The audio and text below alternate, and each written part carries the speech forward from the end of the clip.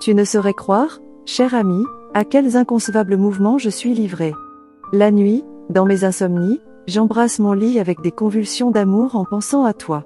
Dans mes rêves, je t'appelle, je te vois, je t'embrasse, je prononce ton nom, je voudrais me traîner dans la poussière de tes pieds, être une fois à toi, et mourir. Lettre d'amour de Victor Hugo à sa femme Adèle Fauché. Ton Victor ne s'occupera ce soir que de toi. Cher ami, il y a juste une semaine à cette heure que nous allions chacun de notre côté à ce bal, où ton mari devait en souffrir de ne pas porter ce titre, aux yeux de tous. Si tu avais été à moi, Adèle, je t'aurais emporté dans mes bras loin de tous ces importuns, j'aurais veillé pendant que tu aurais dormi sur ma poitrine, cette triste nuit aurait été moins douloureuse pour toi, mes soins et mes caresses auraient calmé tes douleurs. Le lendemain tu te serais éveillé à mes côtés, tout le jour tu m'aurais vu à tes pieds, prêt à prévenir tes moindres désirs, et à chaque nouvelle souffrance j'aurais opposé un nouveau soin. Au lieu de tout ce bonheur, ma bien-aimée Adèle, que de gêne, que de contraintes. Cependant cette torture n'a pas été sans quelque enchantement. Lorsqu'après avoir longtemps épié un moment de solitude et de liberté, je pouvais entrer sur la pointe du pied dans ta chambre et m'approcher de ce lit où tu reposais, si jolie et si touchante, va, j'étais bien récompensée de l'ennui du bal et de l'insipidité de tout ce monde étourdi et de folle. Il ne m'eût été permis que de baiser tes pieds que c'eût été pour moi un bien grand bonheur.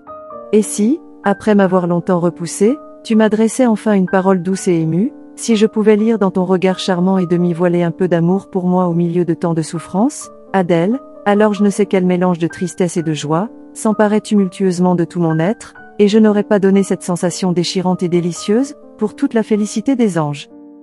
L'idée que tu étais ma femme et que, cependant, c'était d'autres que moi qui avaient le droit de t'approcher, me désolait. Oh! Il faut que ces contraintes soient bientôt brisées, il faut que ma femme soit ma femme et que notre mariage devienne enfin notre union. On dit que la solitude rend fou, et quelle solitude pire que le célibat? Tu ne saurais croire, cher ami, à quels inconcevables mouvements je suis livré. La nuit, dans mes insomnies, j'embrasse mon lit avec des convulsions d'amour en pensant à toi. Dans mes rêves, je t'appelle, je te vois, je t'embrasse, je prononce ton nom, je voudrais me traîner dans la poussière de tes pieds, être une fois à toi, et mourir. Adèle, mon amour pour toi est pur et virginal comme ton souffle, mais sa chasteté même le rend plus brûlant, il me dévore comme une flamme concentrée, mais c'est un feu sacré qui ne s'est allumé que pour toi et que toi seul as le droit de nourrir. Pour tout le reste de ton sexe je suis aveugle et insensible. J'ignore si telle femme est belle, si telle autre est spirituelle, je l'ignore comme la glace de cristal devant laquelle elle passe pour s'admirer. Je sais seulement qu'il y a parmi toutes les femmes une Adèle qui est le génie heureux de ma vie et dans laquelle je dois placer toutes mes vertus comme toutes mes jouissances. Cher ami. Et notre bonheur dépend de si peu de choses. Ce que tu me dis dans ta dernière lettre sur la nuit du 17, m'a bien touché. Va, si mes soins peuvent te guérir, sois tranquille, bientôt j'aurai le droit de te les prodiguer, ou ma volonté et ma vie seront brisées comme un verre. Songe que ton Victor est un homme, et que cet homme est ton mari.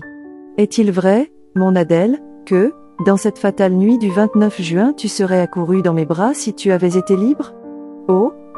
Combien cette idée m'eût consolée dans ce moment de désespoir, et combien elle est douce pour moi aujourd'hui, même que les premiers instants sont passés et que les témoignages de ta tendresse généreuse ont cicatrisé cette cruelle plaie. Que ne peux-tu pas sur moi, et que n'es-tu pas pour moi? Peine et joie, pour moi tout vient de toi, tout descend de mon Adèle. Avec toi le malheur est doux, sans toi la prospérité est odieuse. Pour que je consente à marcher dans la vie, il faut que tu daignes être ma compagne. Oui, mon Adèle adorée, tu peux tout sur moi avec un sourire ou une larme. J'ai une grande faculté dans l'âme, celle d'aimer, et tu la remplis tout entière.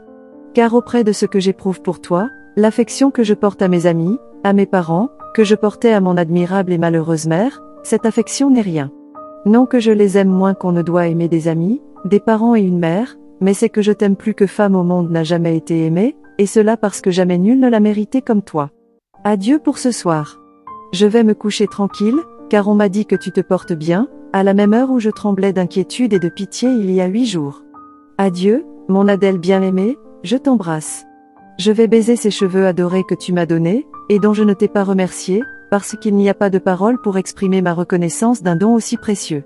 À des gages d'amour aussi touchants, je ne puis répondre qu'en m'agenouillant devant toi, et en te priant comme mon ange gardien pour cette vie, et ma sœur pour l'éternité. Adieu. Adieu. 1000 et 1000 baisers.